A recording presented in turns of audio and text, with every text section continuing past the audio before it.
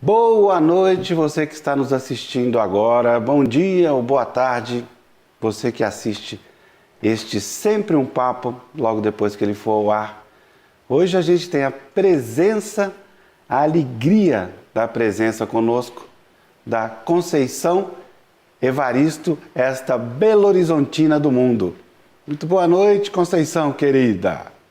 Boa noite, Afonso. Boa noite a todas, a todos e a todos que vão ficar conosco nesse momento e depois. Maravilhoso. O escritor e apresentador Afonso Borges é um homem branco de cabelo e barba grisalhos. Afonso usa um óculos de armação marrom e veste uma blusa branca. Ele está sentado em um cômodo da casa de Carlos Drummond de Andrade, em Itabira. A convidada é a escritora Conceição Evaristo. Ela é uma mulher negra de cabelos grisalhos que usa um óculos de armação preta e veste uma blusa amarela. Que viraram programas de televisão gravados para você maratonar o ano inteiro. É muito programa com alguns dos principais autores, escritoras, escritores e alguns artistas também que presenciaram e que participaram do projeto no curso desses anos todos. Esta é uma iniciativa do Instituto Cultural Vale. O Sempre um Papo está aqui em Itabira.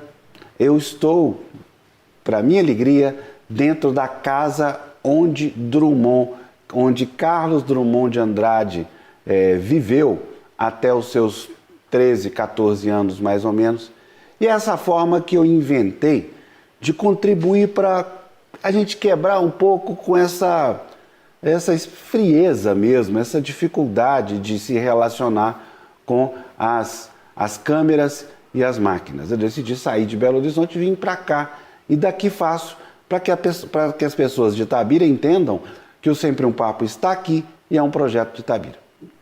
E hoje a gente tem a alegria de conversar com a Conceição sobre um tema que eu estabeleci, né, que é a questão do amor aos livros e à literatura, mas também a gente vai falar um pouco de tudo, inclusive dos seus muitos livros. Eu estou aqui com 4 dos livros da Conceição. Becos da Memória. Afonso segura nas mãos diversos livros da autora Conceição Evaristo. A maioria da Malê... Não, esse é da Palas, tá? Esse é da Palas. Da Palas. Becos da Memória. Ponciá Vicenço. Eu vou falar todos, viu, Conceição? Olhos d'Água. História de Leves Enganos e Parecenças. E Escrevivência, a escrita de nós, reflexões sobre a obra de Conceição Evaristo, organização da Constância Lima Duarte e Isabela Rosado Nunes. Esse é um livro sobre a obra da Conceição. Beleza? Já que vocês já viram agora, pode comprar todos os livros dela, viu, gente? Muito obrigado. Conceição, Pode comprar querida, que eu gosto. vamos comprar que tem gente que gosta. Tem outra coisa também interessante, importante, que eu queria anunciar.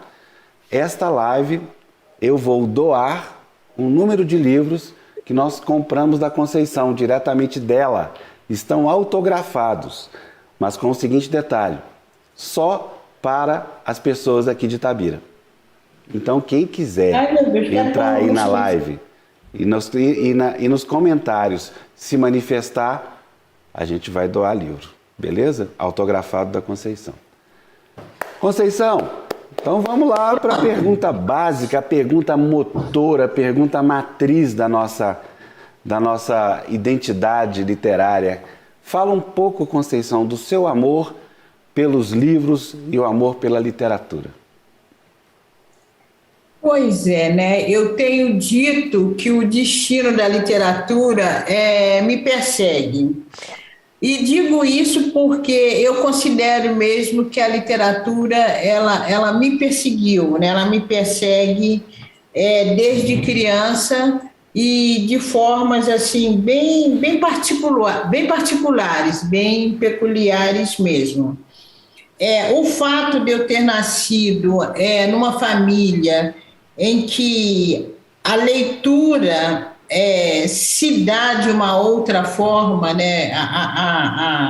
se começa a ler através da palavra oral, através do gesto, através da contação de história, isso me colocou nesse mundo da oralidade, né? De um mundo com uma outra perspectiva de decifração do mundo. Você decifra o mundo pela fala, pelo gesto. Você inventa o mundo também pela fala, pelo gesto. Então, essa literatura oral é um ganho que eu tenho desde criança. Mas, ao mesmo tempo, né, eu ganho também essa curiosidade para a literatura escrita. A minha família, apesar de ser composta, mãe, tia, aliás, são mulheres que vão até completando o processo de alfabetização, o processo de letramento, como se diz hoje, né? Na medida que filhos, sobrinhos também vão desenvolvendo na escola. Mas, ao lado disso, tanto a minha mãe como a minha tia tinha muita curiosidade em relação à escrita, em relação à leitura. Então, o material impresso também chegava às nossas casas, chegava muito restos de revistas, restos de livros que minha mãe ganhava ou achava na rua, ou ganhava das patroas. E depois há um momento que uma das minhas tias vai trabalhar na biblioteca Luiz Bessa, ali na Praça da Liberdade. Então, nesse momento, o livro, que já fazia parte da minha vida, mas ele vai fazer com muito mais constância, né? Porque aí eu tenho uma biblioteca, eu ganho uma biblioteca inteira, que é a biblioteca que eu posso visitar. Você se lembra do primeiro momento que você entrou lá na biblioteca pública? Eu lembro. Eu lembro porque, inclusive, antes a biblioteca pública, essa Luiz Bessa, ela não era na Praça da Liberdade. Ela era na Praça da Estação. Eu não sabia. Era na Praça da Estação ou num prédio onde hoje é construído, onde hoje não, há muito tempo é construído a rodoviária de Belo Horizonte. Sei. Mas eu me lembro da biblioteca ainda num prédio que justamente ou era na Praça da Estação ou era lá. A diretora já era Dona Teovina Viana, que era justamente patroa da minha tia, e minha tia, nesse momento, já trabalhava nessa biblioteca. E aí a gente ia lá, nessa época eu era menor, então eu ia sempre com a minha tia também, porque ficava longe do bairro Cruzeiro. Então eu não ia sozinha, que eu tinha que descer toda a Avenida Afonso Pena a pé. Mas quando ela vai para a Praça da Liberdade, eu já estou maiorzinha, aí eu já tenho essa liberdade, Praça da Liberdade, né? Eu já tenho essa liberdade de ir para a biblioteca sozinha. Então eu tenho os livros me perseguiam, né? A literatura me perseguia. E, como é que fala? Se coloca na minha vida, e eu digo se coloca quase como sorte, Afonso. Porque as meninas minhas contemporâneas, os meninos meus contemporâneos de infância, ninguém teve essa sorte. Mas nessa época você já estudava no Barão do Rio Branco? Nessa época eu já estudava, aliás, o Grupo Barão do Rio Branco também. O meu primário é um primário que vai marcar muito, né, essa possibilidade de eu ter esse contato com o livro. Eu me lembro que a gente estudava da primeira à quarta série com os livros de Dona Lúcia Casasanta, As Mais Belas Histórias, de Lúcia Casasanta. E o livro de religião era um livro também de primeira a quarta série, do padre Álvaro Negromonte. Como a Dona Lúcia Casasanta morava ali no alto da Serra, na Avenida Afonso Pena, quase chegando ali na Praça Milton Santos, ali antes também de chegar no ginástico. Então, ela me conhecia minha mãe, eu ia fazer também limpezas de vez em quando na casa dela. Então, quando a escola mandava o nome do livro, quando a gente já sabia, ela já falava comigo, olha, passa lá na minha casa que eu vou te dar os livros. Então, eu já passava lá e ganhava os livros das mais belas histórias. E tinha também, que eu acho que era leitura extra classe, mas eu me lembro que tinha uns livros que se chamavam Contos Pátrios. Eu li muito também esses livros, Contos Pátrios. Depois houve um momento também que a minha tia e que minha mãe eram lavadeiras de Dona Luzia Machado Brandão, que era justamente a bibliotecária lá do Grupo Escolar Barão do Rio Branco.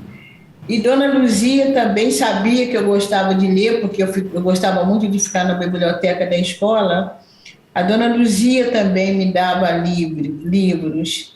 Eu me lembro que uma das histórias, inclusive... acho que eu estou até com esse livro aqui da Dona Luzia. Uma das histórias, inclusive, era... Conceição se levanta da cadeira para pegar o livro. Esse mundo de live é muito engraçado. Aqui, ó. Maior coincidência, Luzia Machado Brandão. Olha, que coincidência. Qual é o título? Histórias Bonitas. Mas é o original? Ele está meio velhinho. É original, sim. Gente, Histórias Bonitas, Ensino do Primeiro Grau, Curso Primário, segundo volume. Editora do Brasil, em Minas Gerais. Me conta aqui, tinha muita gente na biblioteca quando você ia ou você se sentia solitária na biblioteca? Não tinha muita gente. Quer dizer, na biblioteca da escola, deixa eu ver de que ano é esse livro, meu Deus do céu. Em convênio com o Instituto Nacional. Gente, será que não tem o ano? Antigamente os livros eram numerados, né? Esse exemplar aqui era 4.579, 34ª edição. Nossa Senhora! Então, na escola tinha um momento em que a gente ia na biblioteca com as professoras, né? E tinha um momento que tinha horário livre que se pudesse ir, que podia ir.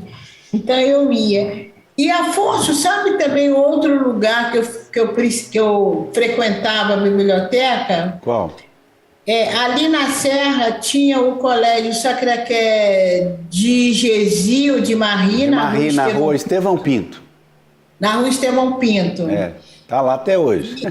Isso. E ali também na Fernandes Tourinho tinha o Colégio Sagrado Coração de Maria. Sim. E lá na Serra, na Estevão Pinto também tinha o Colégio Sion, que eu até terminei. Sion não, era o Sion? Como chama aquele colégio lá na... Assunção. Assunção, claro. E Colégio Assunção. Foi até lá que eu fiz a minha 4ª série e que eu ganhei uma bolsa para estudar lá. Então, eu ia nesses colégios, a gente ficava bobo. Hoje eu fico vendo, eu era muito intrometida, né? Muito sem inibição nenhuma. Eu ia nesses colégios e pedia para as irmãs me conheciam um pouco, talvez, me conhecia a partir dessa época. Eu pedia se eu podia entrar para a biblioteca para ler. E normalmente elas deixavam. Então, eu saía da minha casa, que era ali no Cruzeiro, onde tem o mercado hoje, aquele mercado... Distrital. O Cruzeiro, né? Eu saía dali, era um pulo para chegar no Colégio Assunção, para chegar no Colégio Sacré-Cœur de Marri. E eu ficava muito tempo ali nas bibliotecas também. Mas veja bem, eu queria que você recordasse qual foi o primeiro livro que você se lembra de ter lido. Olha, o primeiro livro que eu lembro de ter lido e que foi um livro que eu li na escola no Barão do Rio Branco foi A Bonequinha Preta de Alaíde Lisboa de Dona Oliveira. Alaíde Lisboa, maravilhosa. Isso. E também o Bonequinho Doce de Alaíde Lisboa de Oliveira. Que legal, que Eu, legal. eu li na escola, inclusive a Bonequinha Preta, eu fiz, teve a dramatização Sei. e eu dancei de Bonequinha Preta. Eu me lembro que que a minha professora do primário era a Dona Maristela Cotrim. E ela mandou chamar minha mãe para saber se eu podia dançar de Bonequinha Preta. E eu dancei de Bonequinha Preta 1 ano somente, que era justamente baseado nesse livro, A Bonequinha Preta de Alaíde Lisboa de Oliveira, Isso foi em que escola? no Barão do Rio Branco. No Barão? Barão do Rio Branco. E o pai de Alaíde, e a minha mãe trabalhou para Alaíde Lisboa de Oliveira e para Henriqueta Lisboa de Oliveira, né? E o pai de Alaíde Lisboa, o doutor João Lisboa, ele era padrinho da minha irmã mais velha, de Marinês, minha irmã mais velha. Então, quando eu falo com você que a literatura me persegue, uma das minhas primas, prima Pierre, trabalhou em casa de Eduardo Frieiro. Para quem não sabe, Eduardo Frieiro foi um grande livreiro, um grande crítico literário, um grande polemista também.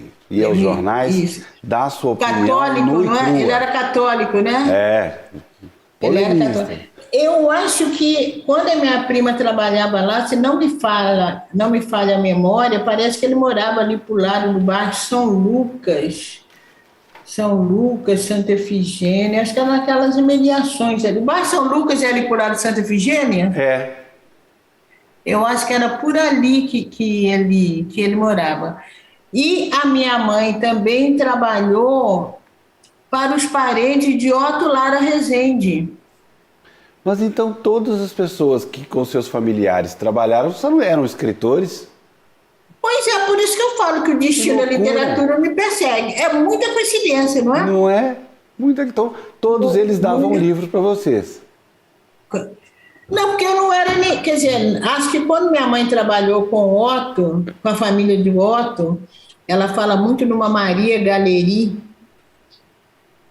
Quando a minha mãe trabalhou com essa família, ela devia estar grávida de mim, ou grávida de minha irmã mais velha. E depois perdemos, né? Aí depois já foram trabalhar com outras famílias, né? Mas ficou inoculado, né? E eu falo isso, Afonso,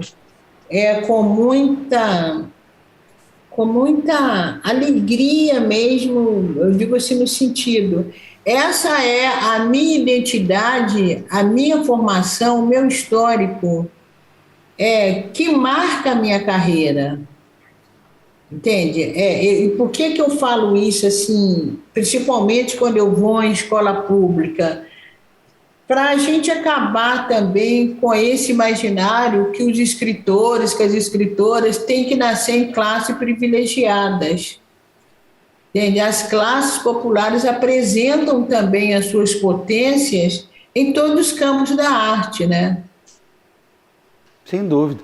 Agora, de qualquer forma, foi uma inclinação muito forte sua, né? Você tinha, por exemplo... Você sempre me conta que não tinha pares, não tinha pessoas com as quais você conversar sobre isso na sua época, não tinha? A não ser, assim, dentro da família tinha todo esse incentivo oral, né, mas isso de uma forma muito natural. A minha família não tinha condições de adivinhar que um dia isso tudo iria virar uma literatura escrita, não tinha essa condição, não. E quando eu chego na escola, também, grande parte dos meus colegas também ficam por outros caminhos. Quem eu tive assim como um grande incentivador foi o meu tio, né, irmão da minha mãe, que é o pai de Macaé, o O pai do Oswaldo. Macaé Evaristo. Maravilha. Isso, Oswaldo Catarina Evaristo, né, que foi também um poeta, ele fez artes plásticas, foi aluno de Guignard, tinha uma seção no jornal Estado de Minas que se chamava Europa, França e Bahia, e tinha uma seção literária, que eu sou doida para retomar os trabalhos de Catarino. Algumas vezes ele publicava lá. Mas Ele que era... essa sessão no estado de Minas chegou a ser muito famosa. Chegou a ser muito famosa. E aí eu não sei se ele publicava nessa sessão ou se tinha uma página literária ao lado dessa sessão. Mas ele tem trabalhos que foi publicado no Estado de Minas. Esse meu tio era poeta, era um ex-expedicionário, mas acabou o material dele também, ficou muito disperso, né? Mas esse era o meu tio que... Já tem a primeira ganhadora, né, aqui. A Jaqueline Veloso já é a primeira ganhadora. Gente, quem se manifestar aí na live, nos comentários do YouTube, corre um bom risco de receber um dos livros da Conceição, viu? Vamos ver. Conceição, vamos falar um pouquinho de Drummond. Como é que foi o seu primeiro contato com o Carlos Drummond de Andrade? Lugar aqui que eu estou aqui com os 2 pés firmes no chão. Pois eu queria muito ir se não fosse essa pandemia e o meu medo de viajar, eu queria estar aí. Eu tentei convencer, viu, gente? Eu tentei. Tentou, mas eu sou medrosa. Tá certo, mas também você tem um contato com a sua mãe, você me convenceu quando falou isso. Isso. Minha Sua mãe, minha filha, também, que precisa de cuidados especiais. Mas tem, por exemplo, um texto de Drummond que eu já retomei algumas vezes, até retomo citando ensaios. Já retomei também citando justamente ensaios. Que eu gosto muito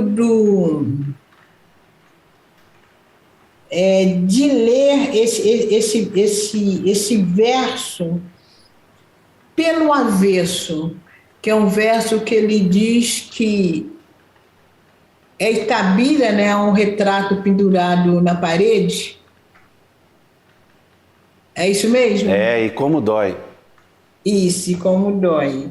E eu, como mineira, que venho para o Rio de Janeiro, e aí a gente fala que a gente sai de Minas Gerais, mas Minas não sai da gente, né? Eu acho que essa marca mineira, pelo menos para mim, ela me acompanha a vida inteira, e eu acho que para o Drummond também. Então, aí às vezes eu brinco, Belo Horizonte é um retrato pendurado na parede, né? E como dói. Então, esses 2 versinhos de Drummond me marcam muito. E eu acho que eu vou conhecer quando eu já estou aqui no Rio, né? Quando Belo Horizonte, essa ausência de Belo Horizonte, que depois eu faço o poema A Mineiridade, já me doía.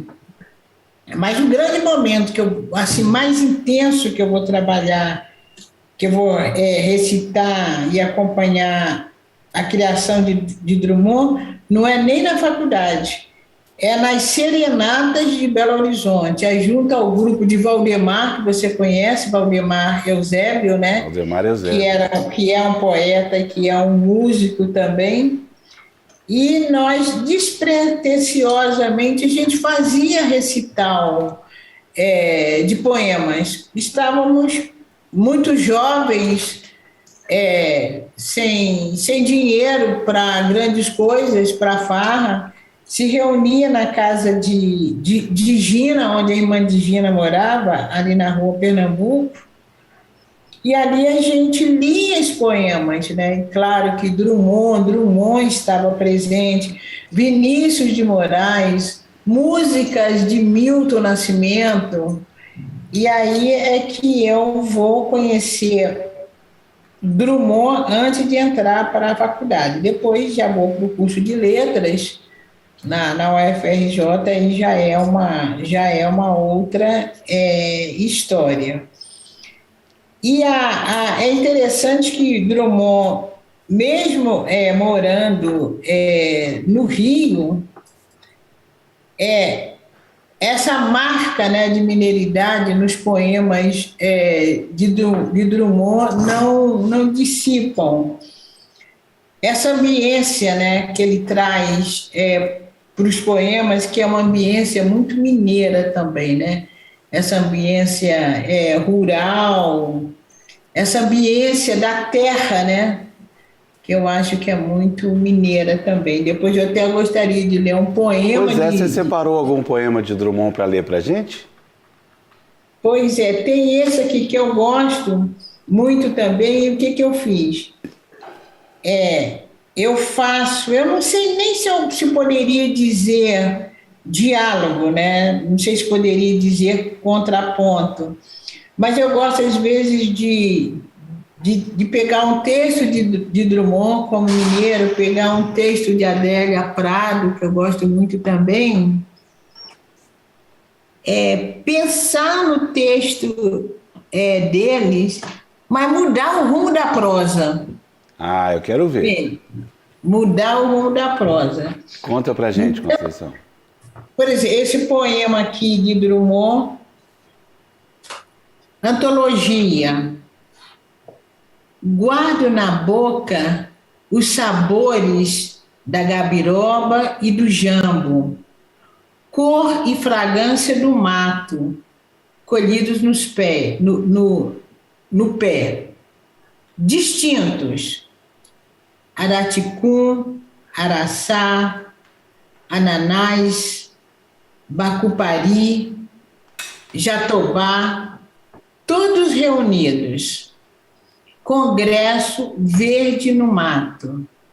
E cada qual separado, cada fruta, cada gosto, no sentimento composto das frutas todas do mato, que levo na minha boca, tal qual me levasse o mato.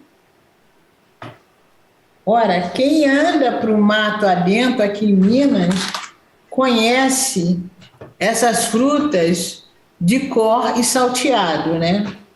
Algumas frutas que a minha mãe se recusa a comprar, que ela diz que dá no mato. Minha mãe, por exemplo, se recusa a comprar goiaba. Ela fala, como é que vai comprar goiaba, gente, se goiaba dá no mato? Aqui, na quarentena, eu estou com pé de manga. A amora foi uma fruta da minha infância. Então, eu tenho amora e abacateiro pensando no Drummond, mas mudando o rumo da prosa. Amoras. Em nossos lábios pretos brincava o tempo da boca roxa. Os dias passavam em demora, lentos. As horas cintilavam no fundo das panelas. O cozimento da escassa comida tinha delonga de um fausto e falso repasto. Banquete de fartura sempre adiada. Eram as amoras o nosso antepasto, a salivar de roxo o perene jejum forçado, de uma eterna quaresma, à espera de uma Páscoa em que a passagem era da fome para a fome. Maravilhoso, maravilhoso. Abacateiro. As casinhas fugiam, a árvore frondosa afrontava com seus frutos os telhados de magras telhas. As crianças matricelavam mais e mais todos os dias ao escalar o verde infinito de estrelas frutas. Do céu copa da árvore lugar refeitório. O fruto, mesmo verde, era sacrificado. Cegas facas, no ritual do corte, partiam o hemisfério em dois. O coração do fruto despencava das mãos dos meninos, céu abaixo. Até que um dia, umzinho deles, um bem verdinho, bem fraquinho, quase nada. O Gideão, céu abaixo, não a casca, não o coração do fruto. Um menino, umzinho menino, verde, abacate, vermelho, verde, tingindo o chão. Que maravilha. Conceição, você fez você cotejou algum outro poema do Drummond desse jeito? Porque ficou maravilhoso. Não é nem a comparação, foi uma transversal que você cortou nos dois poemas, né? Que interessante. Tem um outro também que eu gosto. Eu gosto de estar com Drummond, mas justamente mudando o rumo da prosa, né? Que é o poema No Meio do Caminho, Deslizante Águas. Ao Drummond, com licença, pois sei das pedras e também das águas das Gerais. Da advertência de Carlos, faço mouco meus ouvidos e sigo com lágrimas águas contornando a tamanha extensão da pedra. E tantas são as deslizantes águas, e são tantas as águas deslizantes, e deslizantes são as tantas águas, e águas, as deslizantes, são tantas, que nas bordas da áspera rocha encontro um escorregadio, limo caminho. Tenho passagem, sigo a senhora das águas serenas, a senhora dos prantos profundos, sigo o espaço, passo a passo, e fundo outro caminho. Sigo os passos, passo a passo, sigo e passo. As águas passam e as pedras ficam. Ah, que maravilha! Como você conseguiu construir certas repetições contidas no poema No Meio do Caminho de forma deslizante, digamos assim, né? Que ótimo, que Conceição. Bom. Que bom que você gostou. Tem mais alguma coisa guardadinha pra gente aí, Conceição? Eu queria te perguntar, para ver se você sabe, ou quem me escutar, conseguir relembrar para mim, porque pode ter sido que eu tenha captado essa informação errada. Tá. Eu tenho ela de forma muito incompleta. Tá. Uma vez, num seminário de literatura, eu escutei uma pesquisa, uma leitura de uma professora que me parece... Eu estava nesse seminário, acho que eu estava em Santa Catarina. Tá. E tinha uma professora que fazia uma pesquisa de cartas trocadas entre duas escritoras. Se eu não me engano, uma das escritoras era Cecília Meirelles. Também não tenho certeza não, tá? Tá. é a Cecília Meirelles, se eu não me engano. E a outra escritora, eu não sei quem. E uma das cartas, ou uma dessas escritoras, que eu agora também fico até em dúvida se era uma carta entre duas escritoras, era um estudo de correspondência. Ou se era uma carta entre uma escritora e um escritor. Só sei que era uma correspondência. E uma das cartas narrava um sonho de um poeta que tinha sido envenenado pela empregada. E se eu não estou enganada, essa carta ficcionalizava o sujeito que tinha sido envenenado pela empregada, era o Carlos Drummond de Andrade. Não tenho certeza nenhuma, me ajudem a achar isso, tá? Opa. Dever de casa. Fica aí o dever de casa para gente, porque eu não tenho conhecimento disso, não. Mas isso. É interessante ele fazer alguma coisa relacionada com o assassinato da empregada. Não era ele que fazia. Essa pesquisadora estudava essa troca de correspondência. Entendi. Entre duas escritoras, Entendi. Ou uma escritora e um escritor, e essa correspondência falava de um poeta que estava sendo envenenado, isso a escritora ficcionalizava. Entendi. Ou a escritora sonhava que o Carlos Drummond de Andrade tinha sido envenenado pela empregada. Ou era um poeta também, podia não ser o Carlos.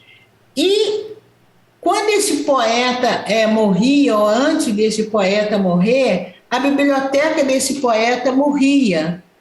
Então, é muito bonita a imagem, porque as folhas dos livros da biblioteca iam se desfolhando, iam soltando.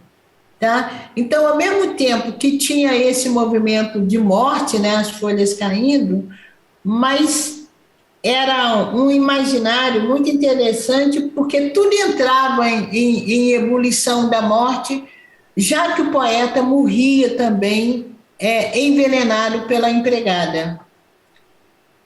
E eu escutei essa pesquisa, anotei e nunca mais achei essa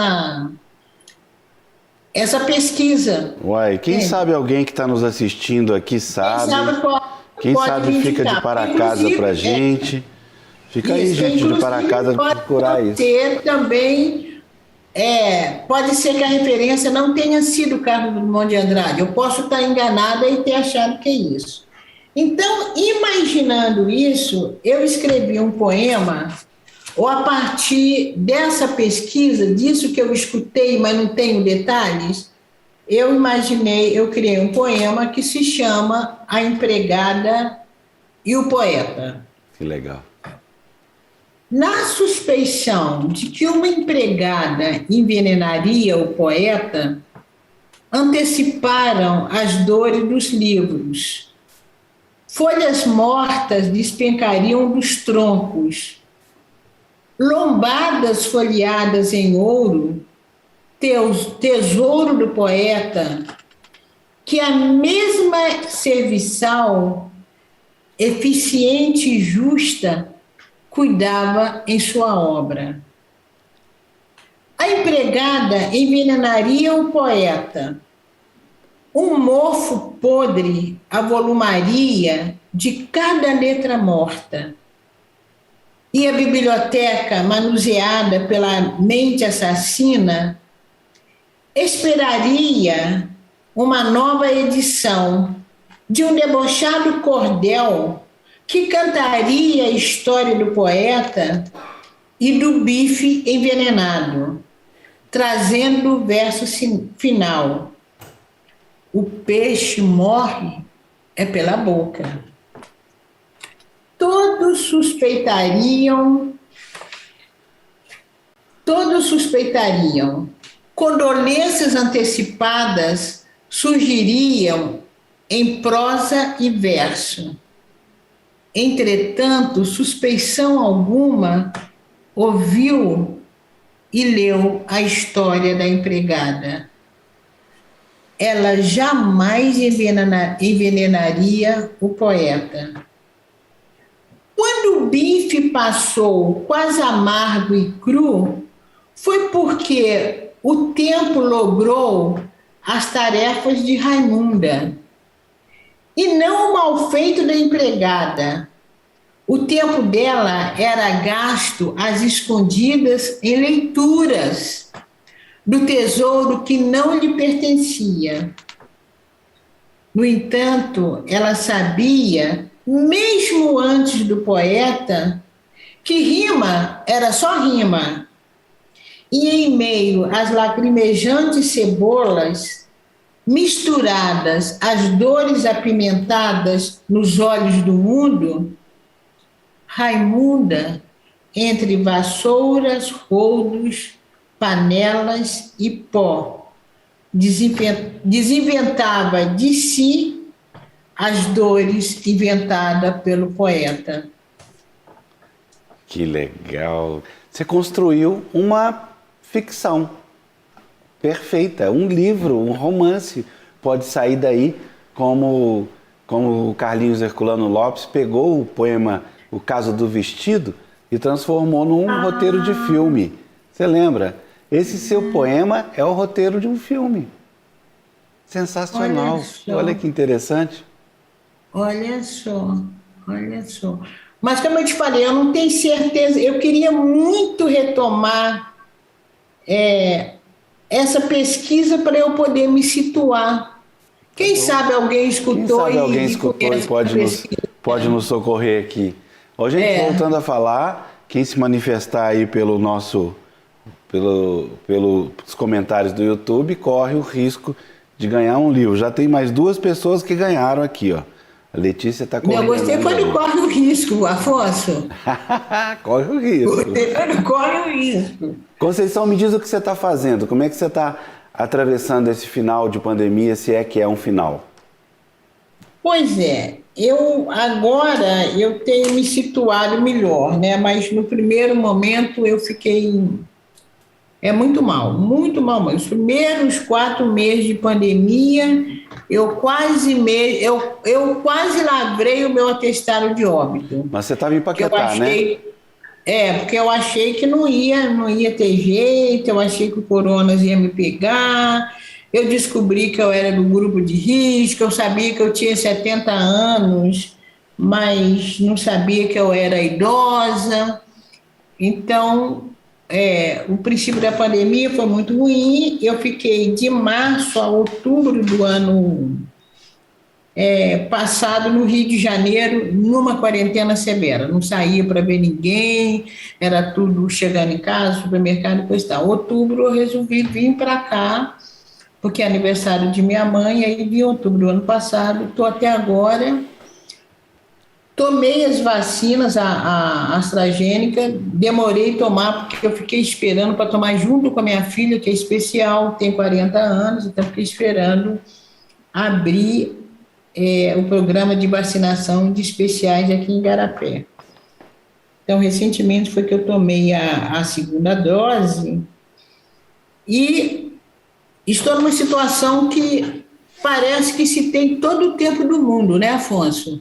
Mas esse negócio de você trabalhar em casa, você não tem todo o tempo do mundo. Aí eu fui aceitando muitos trabalhos, de repente fiquei assoberbada, não consegui, para dizer que eu não trabalhei ficção, trabalhei contos que me pediram, mas os meus romances, minha antologia de contos, minha antologia de poema, está tudo parado, Afonso.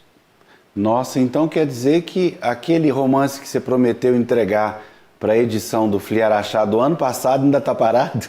Ainda está parado, você acredita nisso? Agora que você está me contando, eu estou acreditando.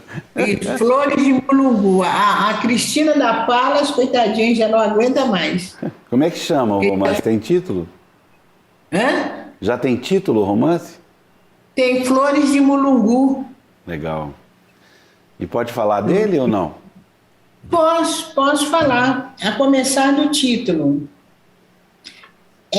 Eu fui, quando eu estava trabalhando num curso de pós, era um curso itinerante, Eu fui numa fazenda em Valença, essas fazendas que são fazendas turísticas, fazendas históricas.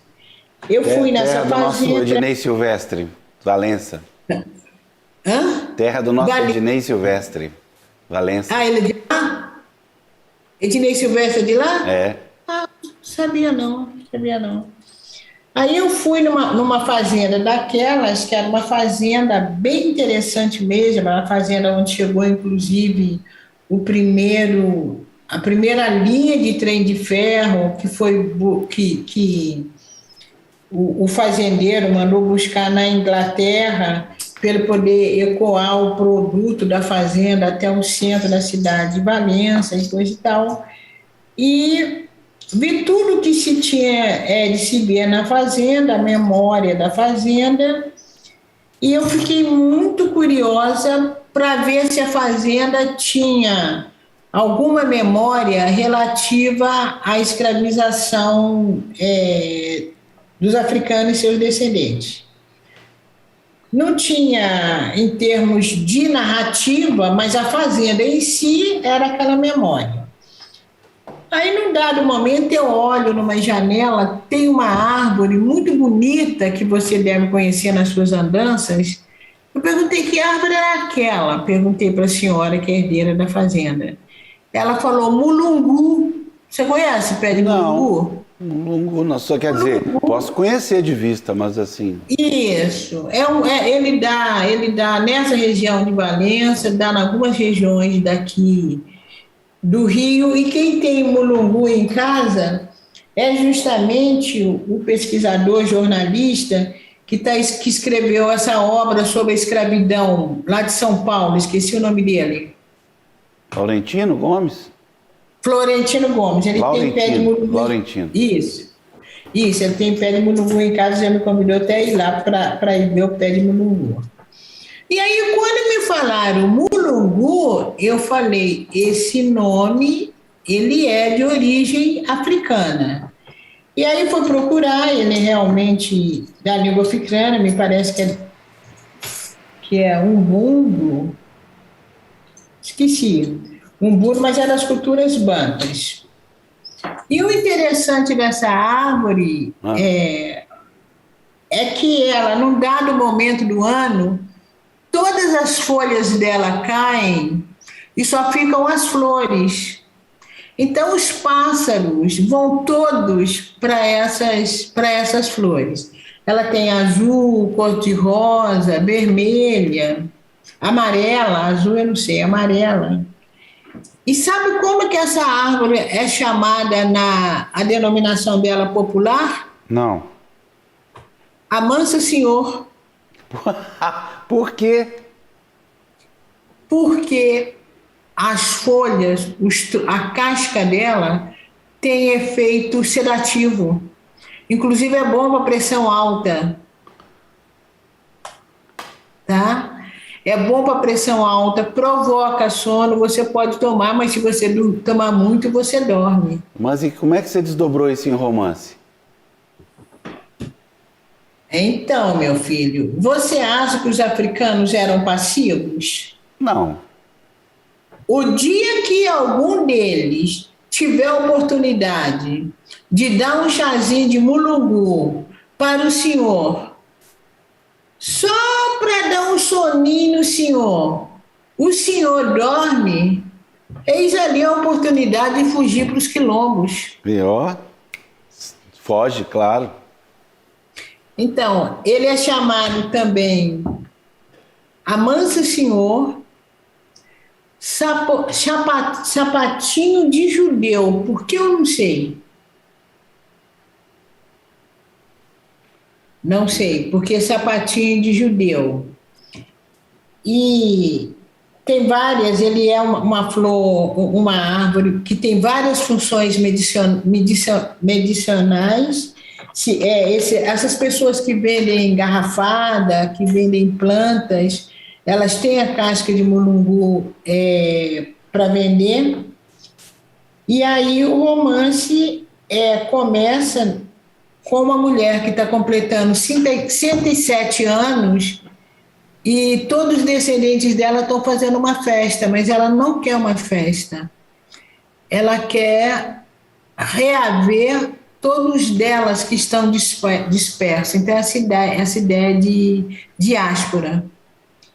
E cada um desses que estão dispersos tem uma história para contar, é um personagem. Entendi.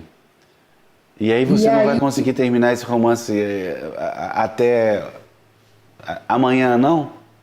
Não, olha, eu estava dizendo hoje, eu sou muito lenta, Afonso. Eu tenho que matutar muito. Mas a história é muito bonita, Conceição. Que esta conversa entre nós aqui te estimule a mergulhar novamente nesse assunto, nesse tema, porque vem coisa boa daí. Vem mulheres, aí passa-se numa comunidade quilombola e tem 7 mulheres, isso porque eu vi uma exposição no Senegal, lá no Museu do Senegal, que é aonde atravessavam os africanos e eles entravam no Negreiro, é o Museu da Memória da Escravização, e tem a história de 7 mulheres, tem lá uma foto, uma informação de 7 mulheres que se rebelam em pleno mar. E agora eu já não consigo lembrar se elas são mortas, não sei se elas conseguem sobreviver, não sei se elas se lançam na água. Então, tem 7 personagens de africanas que estão vindo para ser escravizadas e essas personagens vão conseguir dinheiro e vão comprar terras. Então, a origem dessa comunidade vai ser... Essas mulheres são as matrizes dessa comunidade. Então, tem muita coisa, muita coisa. Bem, Conceição querida, estamos chegando no final. Infelizmente, tenho só que te agradecer, mas antes de agradecer, cumprimentar o Eduardo Rodrigo, nosso tradutor de Libras que arrasou aí hoje. O Eduardo, toda vez que ele faz, aparece até elogios aqui no YouTube para ele. O sujeito tem... Mas desde o princípio eu vi que ele estava caprichando na elegância. Eduardo, vamos lá de novo, como sempre. Por favor, fale a palavra, o nome da Conceição Evaristo em Libras. O intérprete de Libras, Eduardo Rodrigo, demonstra como dizer o nome de Conceição Evaristo através da datilologia. Eita ferro! Não, peraí, deixa eu fazer com essa mão. Essa. Nossa, é muito gesto.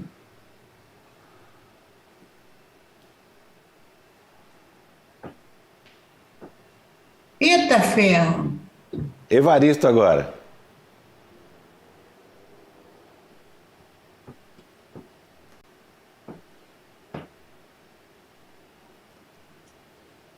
Nossa, mas difícil. Obrigada. Você sabe, Afonso? Eu não, eu fico imitando ele. Mas eu estou aprendendo já. Toda vez no final das lives falam os nomes, eu estou aprendendo já. Tá ficando bom, tá ficando bom. Pô, seria tão bom, né? Mas eu vou aprender. Que a gente... Macaé tem uma filha que é intérprete de Libras também. Vamos botar ela para fazer a nossa tradução aí do Libras, que maravilha. Inclusive está fazendo alguma coisa. Só tenho que te agradecer, minha querida, e pedir para que você encerre essa live aqui da Casa de Drummond, que a gente fez com muito carinho, com muito amor, e dizer da minha admiração eterna. Eu já sei que eu quase te pedi em casamento outro dia, mas não deu certo. Foi. Mas assim, fique pedido em casamento, não tem problema. Foi quase. Quase. Afonso, muito obrigada pela acolhida. Bom trabalho para você, tá? Que a sua potência criativa, a sua potência de organização se multiplique mais e mais, principalmente nesses tempos tão áridos, que se não fosse a arte a nos convocar, acho que não suportaríamos, né? Não. Nós estamos assim na posição do fazer. Eu tomei essa decisão, eu faço. Ponto. E as pessoas estão aí para admirar e para ouvir falas tão lindas e importantes como a sua, Conceição. Muitíssimo obrigado, viu? E espero que da próxima vez, brevemente, você esteja aqui comigo em Itabira ou em Belo Horizonte ou em tantos lugares que a gente já fez pelo Brasil afora. Muito obrigado, Conceição. Boa noite. Boa noite, obrigada. Obrigada. Como chama o menino? Ele se chama Eduardo. Obrigada, Eduardo. Obrigada.